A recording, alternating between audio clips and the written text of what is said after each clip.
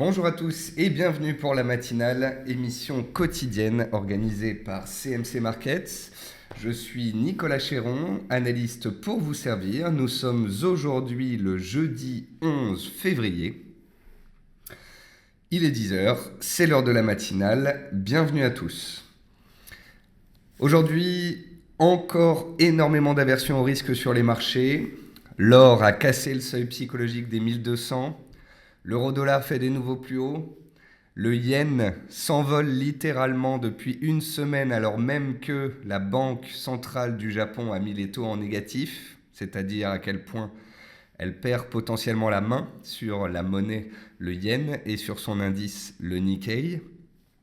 Cette nuit, le Hang Seng, après 3 jours de pause, a réouvert à -4. Société Générale a publié des résultats, est à -12. Rio Tinto à -9. Corian qui avertit sur ses résultats à -10. Nous sommes dans un marché de peur. Nous sommes en bear market. Nous sommes dans un marché dans lequel il est beaucoup plus dangereux que les cours perdent violemment 5, 7, 10% plutôt que l'inverse. Dès le début de l'année 2016, je vous ai expliqué qu'on était dans une année spéciale, qu'on avait eu 7 années de hausse, un marché haussier, qu'on allait potentiellement basculer en marché baissier. Nous avons un gap baissier annuel le 4 janvier, signal extrêmement vendeur. C'est un signal technique extrêmement rare. Nous avons chuté en début d'année rapidement. Souvenez-vous, le 18 janvier, on faisait un point bas, les banquiers centraux arrivaient tous au chevet des indices. Mario Draghi qui disait qu'il allait faire plus de quantitative easing, ça n'a pas eu d'effet. Kuruda qui met les taux en négatif, ça a fait remonter la paire USD Yen et le Nikkei pendant 1 ou 2 journées, puis ensuite on a chuté. Janet Yellen qui essaye, qui voudrait être un peu plus accommodante mais qui n'y arrive pas, et donc qui n'arrive pas à avoir d'effet positif sur les marchés. Et pendant ce temps-là, les indices chinois sont fermés et la Banque centrale théoriquement beaucoup moins active. Nous avons donc des marchés délaissés. Ils sont laissés à eux-mêmes. Les banquiers centraux s'inquiètent des risques, mais n'en font pas plus. Nous sommes dans un marché où les résultats d'entreprise sont en train de devenir moins bons. Ils ne sont pas catastrophiques, mais ils sont moins bons. Et le marché, prenant note de cela, ajuste en ce moment les valorisations. On était en 2015 peut-être sur des valorisations un peu élevées, puisqu'on était monté fortement grâce à du quantitative easing. En 2016, c'est le retour sur Terre. Voilà, je vous dis tout cela pour débuter cette matinale avec un ton un petit peu grave, car nous sommes dans des marchés dangereux. Nous sommes dans des marchés qui peuvent à tout moment perdre 5, 10, 15%. Nous sommes dans des marchés où il n'y a pas eu encore de flash crack en 2016, mais on en a eu ces dernières années et je ne serais pas étonné qu'on en ait de nouveau. Je prends le risque de vous dire que ce sont des marchés dangereux et que j'ai peur de ce qui pourrait se passer, car je préfère que les gens soient plus prudents ou trop prudents plutôt que d'acheter, d'espérer, de croiser les doigts et puis comme certains en 2008 de se retrouver en perte de 10, 20, 30, 40%. Je ne vous le dirai jamais assez, en 2008, et je peux vous dire que je m'en rappelle comme si c'était hier, tous les gérants disaient à la télé que c'était des excès quand on est descendu à 4000 points, que les PER n'étaient pas chers, que les valorisations d'entreprise étaient intéressantes. Le CAC était passé ensuite de 4000 à 2500 points, avait perdu 40% et avait écrasé tout le monde. Voilà, c'était mon introduction pour cette matinale. Au moins, quand je vous dis ça, eh bien, je m'assure du fait, ou du moins j'espère, que vous prendrez mesure des risques qu'il y a. Les risques sont actuellement beaucoup plus importants que les opportunités. Et quand le risque est trop important par rapport à l'opportunité, eh bien c'est un marché dans lequel il ne faut pas se forcer. Voilà. Quant à ceux qui cherchent des points bas, je vous invite, comme je l'ai déjà dit, à revoir le webinaire que j'ai fait avec Tradosor sur les figures de retournement et les chandeliers japonais. Ainsi, vous verrez, depuis le 1er janvier, vous n'auriez que très rarement acheté. Voilà, donc bienvenue à tous pour cette matinale. Un avertissement sur les risques pour commencer, sur le caractère purement informatif de cette présentation et sur les CFD. Je vous laisse en prendre note. Comme d'habitude, je vous invite à poser vos questions tout au long de cette présentation. Vous allez en voir les dernières news, le calendrier éco, passer en revue des actifs sur la plateforme. Alors, donc nous avons fait un nouveau plus bas annuel sur le WTI. Ici aussi, j'ai quelque chose à vous dire. Les stocks de WTI ne sont pas les seuls. Il y a les stocks de distillés et il y a les stocks de gasoline. Donc quand hier vous voyez des gens dire ah bah les stocks sont inférieurs aux attentes mais ça monte quand même, c'est un manque de connaissance des chiffres et de ce qu'il faut regarder actuellement. Les stocks de WTI hier sont sortis inférieurs, mais les stocks de gasoline et produits distillés, eux, sont en hausse pour la 8e semaine consécutive. C'est la raison pour laquelle les traders expérimentés et inexpérimentés, je pense, ont fait bouger le marché à la hausse de 100 points lorsque le chiffre est tombé inférieur aux attentes. Mais quand l'ensemble du marché s'est rendu compte que le nombre de produits au global concernant le pétrole avait augmenté, et bien c'est là où on est reparti à la baisse et on a fait un nouveau plus bas annuel. De toute façon, le pétrole, c'est le reflet de ce qu'espèrent les opérateurs, de ce qu'ils pensent de la suite. Actuellement, les indices sont en train de plonger, les résultats sont mauvais, donc bien évidemment, le pétrole est encore plus délaissé. Vous voyez bien à quel point, très rapidement, on peut se retrouver à 20 $, ça devient une réalité. Nouveau plus bas annuel donc sur les indices asiatiques, notamment sur Hong Kong. Pour vous dire, hein, j'ai des alertes qui ont sonné, qui m'ont réveillé à 1h30 du matin. C'est pour ça que vous m'avez croisé peut-être sur Twitter, où vous avez vu mes messages à 1h30, 2h du matin. On est potentiellement dans un marché qui peut lâcher. Si vous ne faites que de la bourse depuis 1 an, 3 ans, même 5 ans, vous n'avez encore jamais vu ça.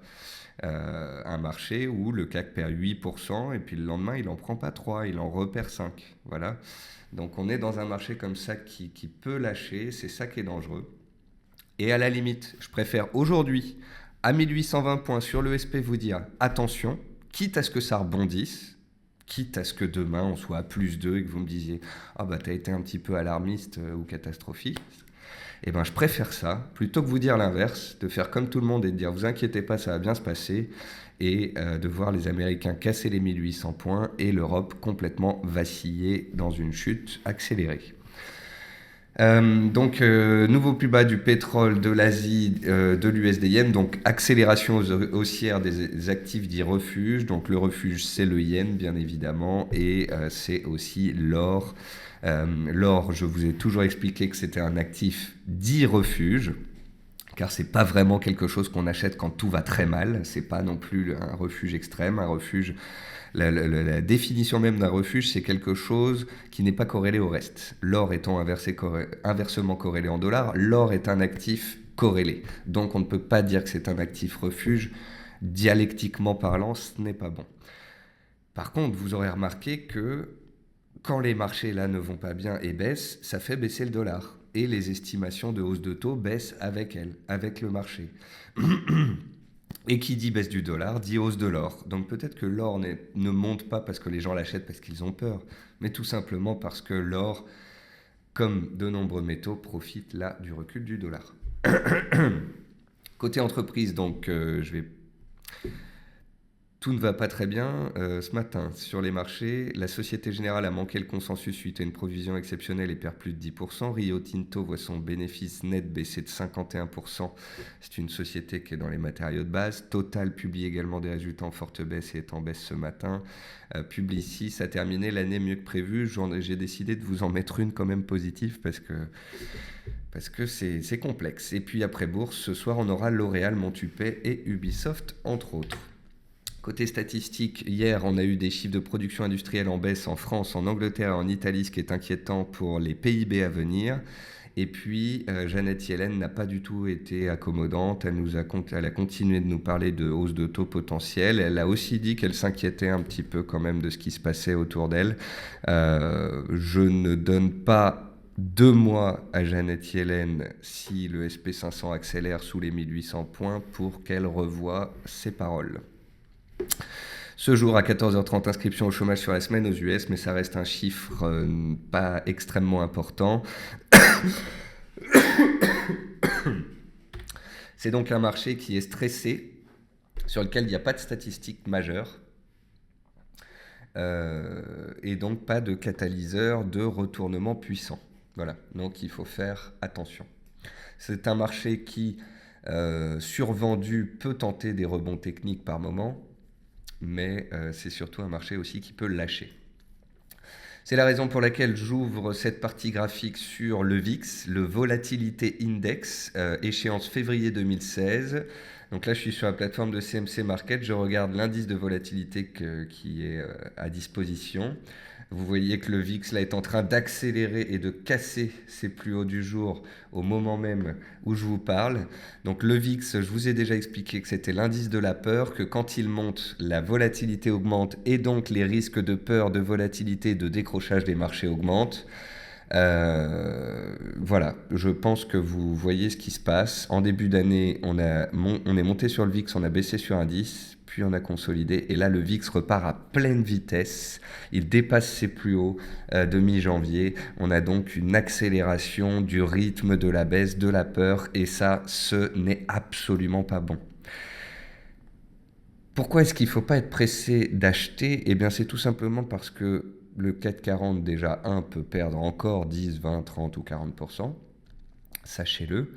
Et puis, le jour où les indices feront un point bas, s'ils doivent faire un point bas fin de semaine ou la semaine prochaine, eh bien, ne vous inquiétez pas, on les verra. Il sera largement le temps de constater qu'on a fait un point bas, de constater qu'on fait des figures de retournement, que le VIX est en train potentiellement de faire une étoile filante ou une figure de retournement, et alors, il vaudra mieux avoir manqué les 2% tout en bas, mais on pourra constater que ça se retourne et potentiellement regarder pour acheter. Mais en attendant, acheter un couteau qui tombe avec les risques de dérapage, hors de question. Regardez l'Italie, on a fait plus 4 hier, on est déjà en train de revenir tester les supports. La France, on est à -3, on fait un nouveau plus bas, on est à 3900 points, on est dans un canal baissier. Attention avec les canaux baissiers, on peut en sortir par le bas. Tout ça, c'est de l'expérience, c'est du vécu en 2008. J'étais assistant d'un gérant en 2008. On était tous les jours sur les marchés. Je peux vous dire que des valeurs faire -10 un jour et refaire -10 le lendemain, j'en ai vu beaucoup. C'est pour ça que là, alors que j'entends de plus en plus de médias ou de gérants dire ça devient pas cher, je ressens trop le risque de dérapage violent sur les marchés pour ne pas vous en parler. Le DAX est baissier, il est dans un canal baissier. Tant qu'il continue de chuter, ça ne sert à rien de se mettre en face. Si vous êtes dans une stratégie type fonds d'investissement, type investisseur long terme, et que vous voulez rentrer 1% de vos portefeuilles, pourquoi pas? Mais j'ai envie de vous dire, à quoi bon? Pourquoi acheter tant que ça chute plutôt que d'attendre un retournement si en plus c'est pour acheter pour du moyen terme? Et puis si c'est pour acheter pour du court terme, bah vous achetez pas un couteau qui tombe, vous attendez des figures de retournement ou bien... Bref, ce que je veux vous dire, c'est que il faut attacher de l'importance aux résistances, d'accord? Il ne faut pas attacher d'importance au support dans la baisse. Il faut retirer les graphiques de moyen terme où on va chercher des supports tous les 100 ou 200 points. Ce qu'il faut, je pense, faire, après vous faites bien évidemment ce que vous voulez, c'est abaisser les zones de résistance au fur et à mesure. Vous voyez, en début d'année, quand on a ouvert le gap, 4600 était la zone à dépasser, 4006, 4007 pour repartir. Ensuite, quand on a chuté à 4100, il fallait recasser 4470. On ne l'a pas fait, on a rechuté. Là, aujourd'hui, s'il fallait qu'on rebondisse, il faudrait qu'on casse 4170 et le haut de canal baissier pour pouvoir se retourner. Et ainsi de suite. Et plus on chute, plus vous pouvez baisser en fait ces niveaux de résistance. Donc là, par exemple, vous pouvez agressivement vous dire, tant qu'on est sous 4000 points, je reste baissier, donc soit je fais des ventes, soit je regarde la baisse et je n'achète pas. Mais si aujourd'hui, par exemple, on fait une énorme mèche basse, qu'il y a du volume et qu'on recasse 4003, alors je réfléchirai à des achats. Eh bien, il vaut peut-être mieux abaisser les résistances au fur et à mesure et ainsi continuer de laisser la baisse se faire et ainsi ne pas acheter prématurément, quitte à louper 2% au point bas, que d'acheter maintenant, que le CAC sorte de son canal par le bas, que le SP500 accélère sous 1800 et que dans une semaine on soit à 3400 points et que vous n'ayez que vos yeux pour pleurer. Voilà.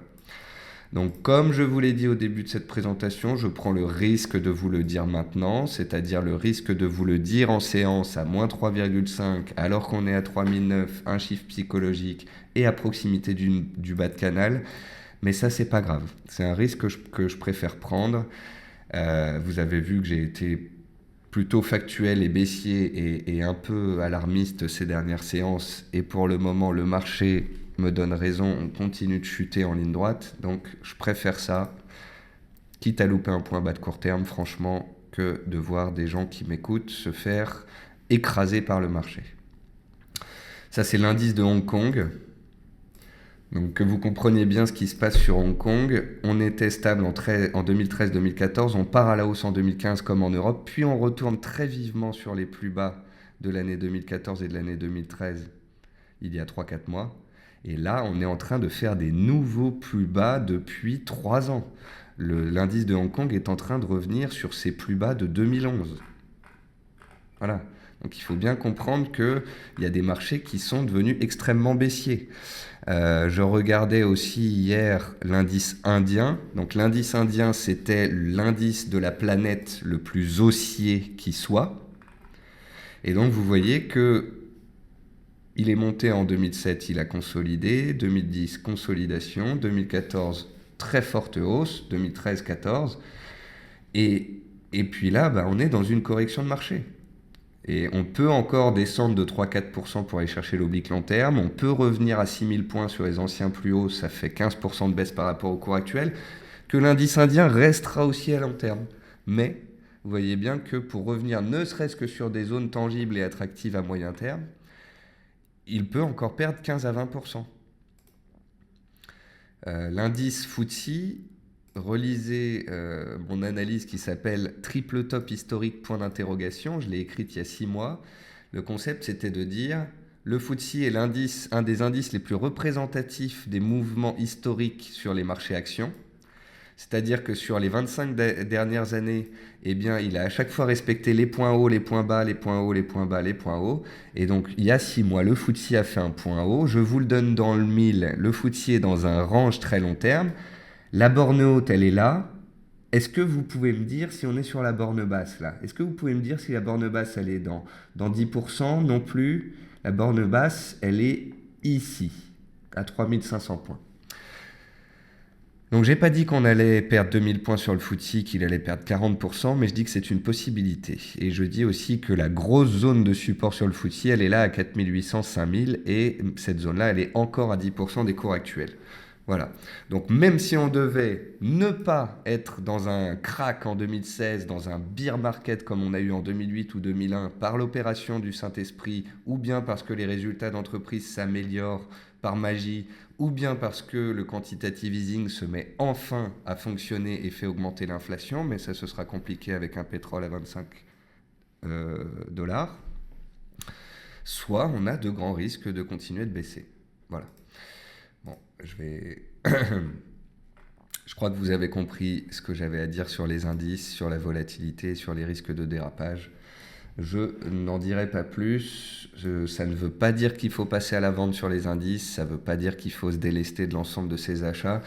Ça veut dire déjà qu'il faut toujours avoir un plan, quoi que vous fassiez, à la vente ou à l'achat, toujours avoir des stops, toujours avoir un risque maximum, toujours faire attention au risque et bien vous poser la question de savoir est-ce que j'ai bien pris du recul sur ma position ?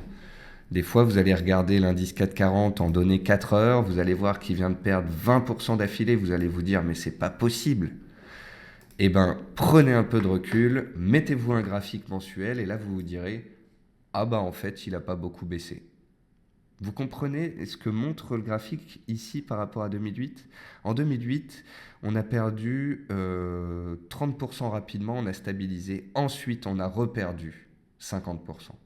Là, on vient de perdre 30%. Il n'est pas dit qu'on ne puisse pas aller plus bas. C'est même tout à fait possible. Voilà. Donc, attendons de voir. On arrive dans, vous voyez là, la zone des 3800, 3900. On est en train de se faire peur sur le SP500. On est à 1815, 1817. Si ça lâche, il y a 15% de baisse dessous. Donc, voilà. Si les acheteurs veulent faire tenir ce marché et faire des belles réactions sur les supports, laissons-les faire. Et puis, il sera bien temps de voir si des opportunités se présentent. Ce sera mieux que de subir si le marché devait vraiment lâcher complètement. J'ai d'ailleurs fait une grosse interview pour le site Easy Bourse que je vais vous poster sur le site CMC. Donc sur le site de CMC Market, je vous rappelle que vous avez donc tous les enregistrements des matinales, vous avez les enregistrements des webinaires spéciaux. Donc voyez celui-ci sur les configurations techniques préférées de Tradosaur et Nicolas, comme ça vous verrez quelle configuration il faut attendre pour que le marché rebondisse. Pour l'instant, on n'en a pas. Il y a le live NFP, il y a une interview ici sur la complexité des marchés actuels. Le mot d'ordre utilisé par la personne qui m'a interviewé pour mettre le commentaire sous la vidéo, c'était le particulier a le choix d'attendre. Il a le choix d'attendre. Il n'est pas obligé, contrairement au fonds d'investissement, d'être toujours en position. Et aujourd'hui, je vais vous poster aussi une grosse interview que j'ai réalisée l'autre jour. Donc niveau action maintenant, Solocal a publié des résultats. Elle avait fait un double échec sous sa résistance des 6,40 et elle n'avait jamais réussi à reprendre sa résistance. Bien évidemment, Solocal, c'était une action très corrélée aux indices. Donc quand les indices lâchent, elle lâche aussi. Sur résultat, nouveau plus bas annuel sur ce titre-là. Corian, c'est pareil, la chute. Alors, vous voyez à quel point ce qui se passe aujourd'hui n'est que la suite logique de ce qui se passe depuis un an. Corian était dans une tendance haussière belle. Fin 2016, on casse, on travaille la zone, puis on accélère. Et en fait, même si c'est les résultats ce jour et que ça a une incidence baissière forte, vous voyez que le mal était déjà fait. Graphiquement, c'est déjà dit. Société Générale, moins 12 sur résultat. Donc autant dire que c'est la Bérésina sur les bancaires. Forestia, tout comme Renault, est énormément monté 2014-2015 et donc légitime qu'elle se fasse attaquer. Numéricable, je vous ai montré le canal l'autre jour, on est toujours dedans. Crédit Agricole et d'autres bancaires suivent. Dans les pétrolières, parapétrolières, on a aussi des baisses puisqu'on est sur des plus bas annuels. Donc voilà, on a et le secteur des bancaires et le secteur de l'énergie et les métaux de base qui chutent drastiquement. On a des mauvais résultats d'entreprise, on a des déceptions dans le luxe, on a des déceptions dans la consommation. Des résultats d'entreprise, ça met des trimestres à s'améliorer et si on a des bonnes conditions autour. Pour l'instant, il n'y en a pas. C'est la raison pour laquelle il n'y a pas grand-chose à espérer. Natixis, alors Natixis, il y a quand même un point positif sur Natixis à donner, c'est que c'est la plus solide des bancaires depuis plusieurs mois. Alors que d'autres bancaires baissaient fortement, Natixis a toujours mieux tenu, elle a moins baissé. Et aujourd'hui encore, sur résultat, Natixis monte. Donc on voit bien ici quand même, il y a des titres qui sont meilleurs que d'autres, plus solides que d'autres. Et puis Publicis, pareil, bonne news, plus 4%. Donc rebond technique du titre. On va maintenant regarder les matières premières. Donc vous n'êtes pas sans savoir que si le dollar baisse, parce qu'on commence à avoir peur de l'économie américaine, parce qu'on pense que Janet Yellen ne va pas monter ses taux, les matières premières vont en profiter. Donc le pétrole, lui, n'en profite pas tout de suite parce qu'il est trop corrélé à l'économie, il est trop corrélé aux statistiques, etc. Par contre, l'or, puis plus tard peut-être des matières premières agricoles, profitent complètement de l'effet dollar. Souvenez-vous de l'or, on en a parlé, déjà hier j'en parlais et je disais voilà, il est tout à fait légitime que l'or consolide sous les 1200 puisque c'est un seuil horizontal, on arrive sur un haut de canal et on est en tendance baissière donc ça a un impact. Par contre, si vous me posez la question en 2016, est-ce que je pense qu'on peut sortir par le haut de ce canal? Ma réponse est clairement oui. Si le dollar baisse fortement, si les marchés doivent lâcher plus de terrain, il est tout à fait plausible que l'or puisse sortir de son canal par le haut. Donc là, on est pile poil dessus, donc encore une fois, je prends un risque en vous disant cela, mais ce que je constate, c'est que la façon dont on remonte cette fois-ci est beaucoup plus puissante et rapide que les autres. Contrairement aux 4 dernières années où les particuliers étaient acheteurs dans la baisse, aujourd'hui ils sont vendeurs dans la hausse, c'est ce qui me fait penser qu'on peut aller plus loin. Et puis bien évidemment, si les marchés dérapent comme ils pourraient le faire, étant donné les conditions réunies, eh bien l'or en profiterait. Autant je vous ai servi un discours de prudence et de patience sur les indices, autant sur d'autres actifs ces dernières semaines, je vous ai dit qu'on pouvait se diversifier. L'or est en tendance magnifique, c'est donc un actif sur lequel on intervient théoriquement qu'à la hausse, tout comme l'euro-dollar. Voilà. Moi, je vous invite vraiment en ce moment à vous diversifier. C'est le mot d'ordre pour moi. Le blé est sur support et je vous le rappelle, hier un de nos auditeurs nous disait on est sur support, il y a eu réaction, aujourd'hui vous voyez que ça remonte encore un petit peu, en données hebdomadaires le blé est pile poil sur support, donc là il y a effectivement une opportunité. Vous voyez, entre quelqu'un qui me dit bah, j'achète le CAC les yeux fermés et quelqu'un qui me dit j'achète du blé à moyen terme avec un stop à 10%, je suis quand même beaucoup plus intéressé par le deuxième trade que par le premier. Concernant les pétroles, j'ai une chose à vous dire concernant le pétrole WTI, le bas de canal est à 23 $.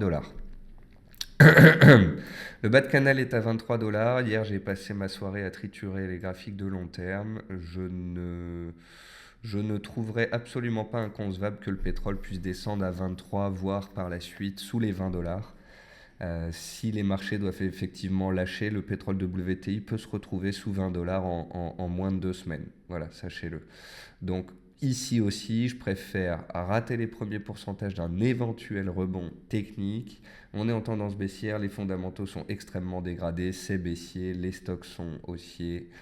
Donc les stocks sont en hausse, donc un facteur baissier. Donc voilà, de pétrole, pas de réaction, pas de signal, pas de trade. Tant que c'est baissier, les vendeurs gardent la main. Et pour finir, les devises sur lesquelles je vous dis souvent que l'on peut également se diversifier. Et la devise dont je vous parle tous les jours en ce moment, c'est l'euro-dollar. C'est une des rares monnaies à monter contre le dollar américain. L'euro profite de l'aversion au risque. Souvenez-vous, ici, en août dernier, quand l'Asie avait fortement chuté, l'euro-dollar avait explosé à la hausse. Et là, c'est exactement la même chose. On a des pressions sur les indices européens, asiatiques, américains. Et donc, l'euro-dollar continue d'être recherché. L'objectif théorique sur l'euro-dollar, c'est 1,15. Et à moyen long terme, vous m'avez peut-être déjà entendu cela, mais il est également possible qu'à long terme, l'euro ait fait un point bas, ne retourne jamais à 1,05 et qu'en fait, plus tard, on retourne vers les 1,20, 1,25, notamment si dans 6 mois, 9 mois, les États-Unis ralentissent, passent en récession et que Janet Yellen devait lancer un nouveau programme de quantitative easing.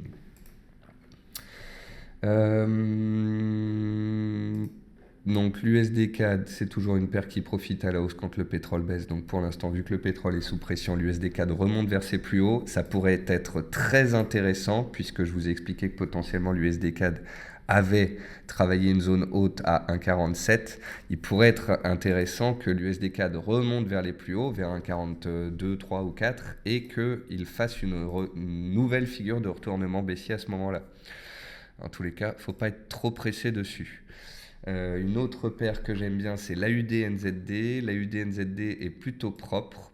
Vous voyez, il y a des zones de prix qui sont bien respectées, il y a des tendances qui sont bien respectées. J'attendais fin 2015 que l'AUD-NZD revienne vers 1,05 pour potentiellement faire une stratégie. J'attends qu'il y revienne désormais pour voir ce qu'il s'y passe. Et puis dernière paire dont je vous parlerai, c'est l'USD-Yen. L'USD-Yen donc baisse. Pourquoi ? Parce que d'une part, la Fed montrait moins ses taux et donc le dollar est sous pression. Et d'autre part, l'aversion au risque pousse le yen à la hausse. Donc l'USD-Yen se casse la figure. Se cassant la figure, il entraîne les indices asiatiques à la baisse. Et c'est ainsi qu'on rentre dans un engrenage baissier. À ceux qui voudraient acheter de l'USD-Yen, je vous en prie, regardez ce graphique hebdomadaire. Et dites-moi franchement pourquoi là, tout de suite, maintenant, il y aurait un point bas. Franchement.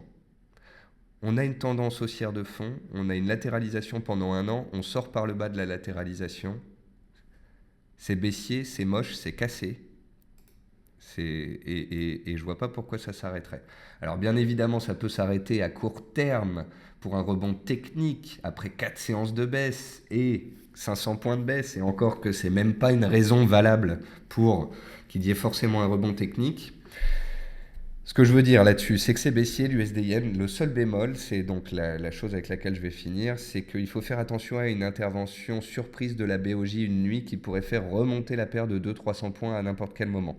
C'est pour cette raison que ce que je souhaitais dire aux personnes qui seraient à la vente sur l'USD-Yen, qui auraient joué la baisse jusqu'ici, ou qui sont encore dedans,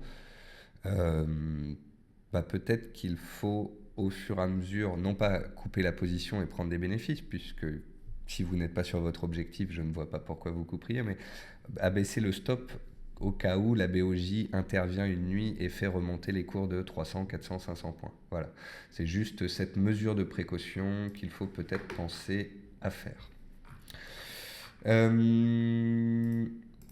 Paul me dit que Jérôme Libeskin, donc un journaliste, dit « Les conditions financières aux USA sont devenues moins favorables à la croissance ».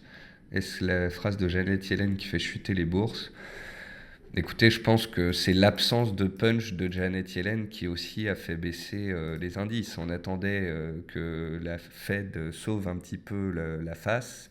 Et en fait, c'était un non-événement absolu. Donc, on se rend compte que les États-Unis vont moins bien, que les États-Unis eux-mêmes, en allant moins bien, regardent le fait que les voisins, eux aussi, ralentissent. On est en train de se rendre compte que les banques ont des dépressions d'actifs à faire. Et le problème, si vous voulez, c'est que quand les premiers commencent à déprécier les autres, ça se déprécie comme ça en chaîne. Et à la fin, ça va très vite et ça produit des accélérations sur les marchés. Donc voilà. Paul me dit, le directeur de la Société Générale Oudéa a dit que l'exposition des banques au pétrole représentait des sommes négligeables. On parle bien des mêmes directeurs de banque qui en 2008 nous avaient dit que tout allait bien, c'est ça ? Voilà, donc vous connaissez ma réponse. Thierry dit, suit QE4 aux US, alors nouvelle hausse des marchés, pas gagné d'avance. Oui, alors le QE4 aux US, c'est pas demain la veille, Thierry, pour que la Fed revire de bord et passe de hausse de taux à baisse de taux et potentiellement QE, on a du temps. Mais disons que c'est la direction qui est prise, voilà. Et je pense que en fait, la Fed, dans les 6 à 9 mois, ne serait forcée à sortir un QE4 que si l'indice américain chutait très fortement et qu'on sortait ça comme une arme pour faire remonter mécaniquement les indices qui auraient fortement chuté. Nous verrons cela. Voilà, sur ce, j'espère que je ne vous ai pas fait trop peur, mais au moins j'ai été franc, j'ai dit ce que j'avais à dire et je préfère faire preuve de prudence plutôt que de vous envoyer au casse-pipe. Faites attention, soyez prudents, soyez patients, diversifiez-vous, passez une bonne journée. Un bon appétit à tous et voilà, j'espère vous retrouver tous demain en forme à 10h pour la matinale et en attendant, je vous souhaite une très bonne journée.